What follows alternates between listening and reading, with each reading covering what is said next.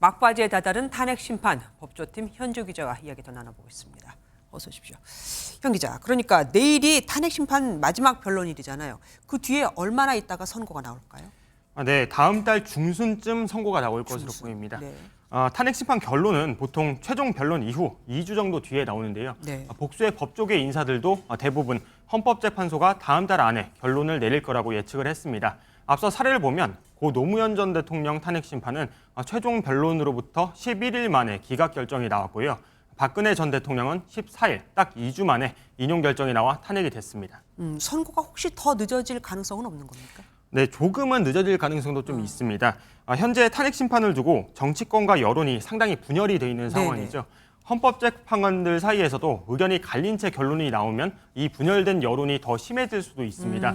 때문에 헌재가 이후 평의 과정에서 인용이든 기각이든 만장일치로 결론을 내는 방안을 고심할 것으로 예상이 됩니다. 네. 재판관 8명의 성향이 진보와 중도 각각 셋, 보수 둘인 만큼 평의에서 의견 일치를 이루는 과정이 예상보다 더 소요될 수도 있습니다.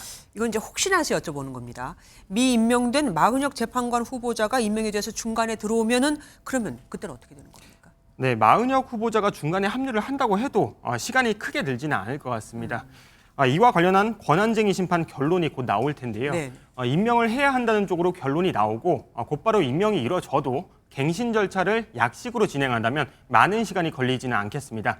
다만 아직 마 후보자 재판의 선고 날짜도 잡히지 않은 상황이기 때문에 현재로서는 마 후보자 없이 재판관 8인 체제에서 탄핵 심판 결론이 나올 가능성이 커 보입니다. 어쨌든 뭐 윤 대통령의 운명은 내일 최종 변론을 마치고 아까 말씀하신 대로 3월 중순쯤 나올 것이고 또 한 명 있잖아요. 지난 대선에서 윤 대통령 맞붙었던 이재명 더불어민주당 대표. 이분도 지금 선고가 하나 있잖아요.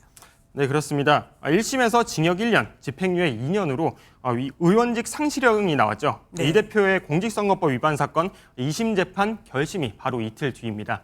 결심 이후 선고가 나기까지 보통 2, 3주, 사건이 복잡해도 길어야 한 달 정도가 걸리는데요. 다음 달 중 결론이 나도 대법원까지 갈 가능성이 높은데 이 대법원에서 사건이 배당되기까지도 한두 달 정도 더 걸릴 것으로 보입니다. 네. 대법원이 심리를 시작하는 시점이 늦으면 5월 말 정도가 될 수 있는 거죠. 뭐 가정을 하는 게 뭐 적절치는 않아 보입니다만 그래도 여쭤보지 않을 수가 없어요. 탄핵 심판 인용 결정이 나온다면은 5월에 조기 대선이 치러지게 되는 거 아닙니까? 그러면은 이 대표는 어떻게 거기 출마할 수 있는 겁니까? 이 대표의 선거법 위반 사건의 대법원 확정 판결이 5월 전에 나오는 건 좀 물리적으로 어려워 보입니다.